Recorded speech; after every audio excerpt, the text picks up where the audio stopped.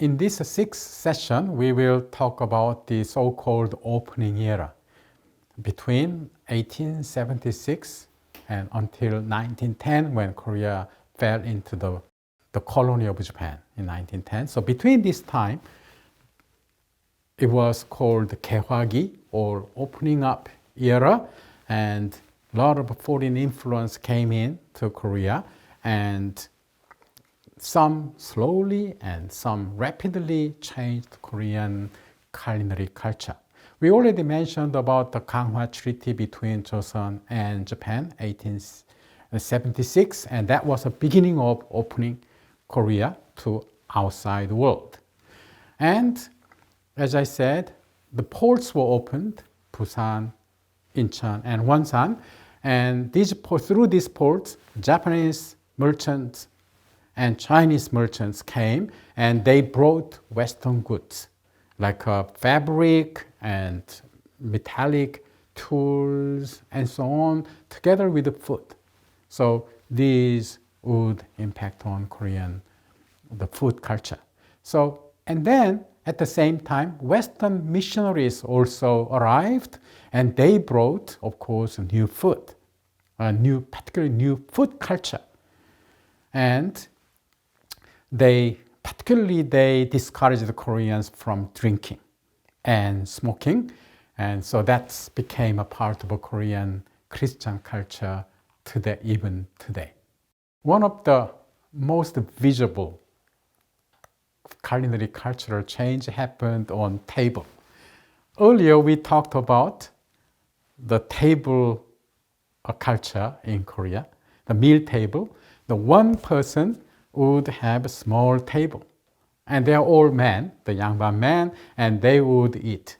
And these two photos show that you see that some Yangban Koreans are having lunch or dinner, and so each one has his own table. And the image below, they are Germans, the German missionaries who were traveling in Korea, and now they are having meal, and you see that Koreans serve them as a one-person table. Okay? So this was a dominant form of table culture for upper class people in Korea. But Western missionaries would change it. Okay? I will talk about later. But anyway, until the arrival of Western missionaries, Yangban class would eat from one-person table. And they would not eat together with their wives or even children, or of course with ordinary people. Okay? So women were not eating with men. Even though they are Yangban class, women were not allowed to eat together with the men. So where were women eating when men were eating by themselves? And this was observed by famous British traveler and writer Isabella Bird Bishop, who visited Korea and China and Japan in the late 19th and early 20th century. And in her book, Korea and its Neighbors, you see the image of her book, the top. And in that book, she said, these Yangban males, they would eat from small individual tables. And they would not eat together with their wives. And women would normally eat their husband's leftover. So women would not get their own table, and whatever this Yangban man left on the table, that's what women eat. It's shocking from today's perspective, but sadly that was the realities of a Neo-Confucian society. However, this would change with the arrival of Western missionaries. And they changed this culture because they promoted the idea of equality among all human beings, but particularly between men and women. So these early Korean Christians, they were the first people probably who had dinner together with their wives and children.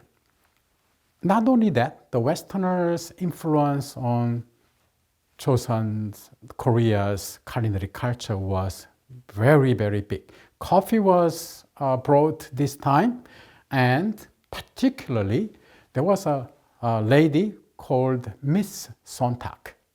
Now, she's a sister-in-law of the famous Russian ministry, Weber. And she was hired by Minbi, the Korean queen at that time, as the royal housekeeper. So she was in charge of all the banquets that the palace offer, the king and queen offer to Western guests. So Miss Sontag was the one who, with the help of a Korean assistant, she would prepare the Western food and she would serve this food for the foreigners.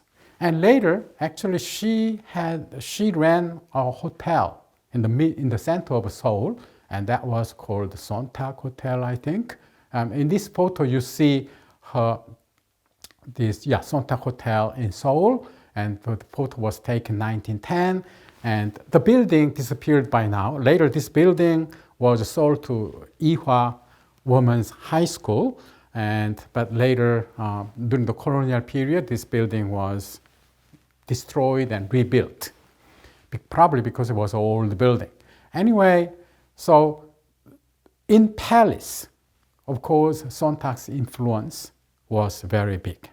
And according to record, we know that King Gojong enjoyed drinking coffee every day.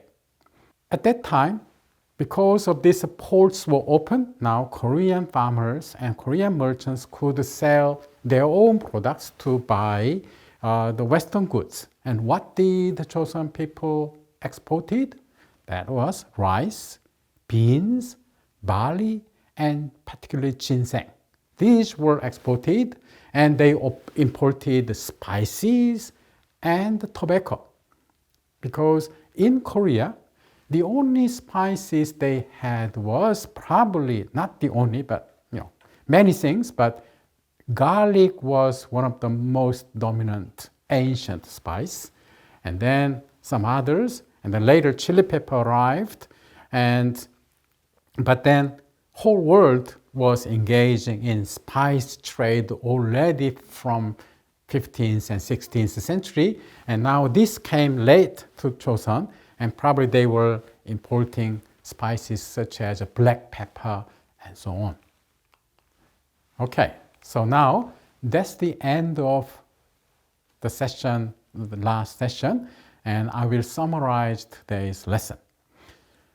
Much of the contemporary Korean food and food culture was developed during this Joseon Dynasty, and particularly rice cultivation became dominant agricultural activities in this dynasty, and it became staple food for Koreans for the later stage. And also, a lot of new ingredients arrived from the Americas, and such as chili pepper, corn, and pumpkin, and they reached Korea by the 18th century, and so did sweet potato and potato by the late 18th century and early 19th century. Now, this food fundamentally changed Korean culinary life, as I explained, and as they did everywhere in the world, including Europe. Europe changed drastically after the Europeans gained corn and particularly potato. And the introduction of the chili pepper possibly from Japan in the 17th century, and now chili pepper would make Korean food very red, including the famous Shinramen today, that began in the 17th century, but it was very slow process that Koreans accepted chili and started to apply it to their food, particularly to kimchi. And it was also this time in Joseon Dynasty that even though Neo-Confucianism discouraged butchering cows because Neo-Confucianism emphasized on agriculture, but landed Yangban class, they enjoy the beef in the form of a bulgogi at outdoor, is particularly during the winter, and now this formed today's Korean bulgogi culture. Thank you.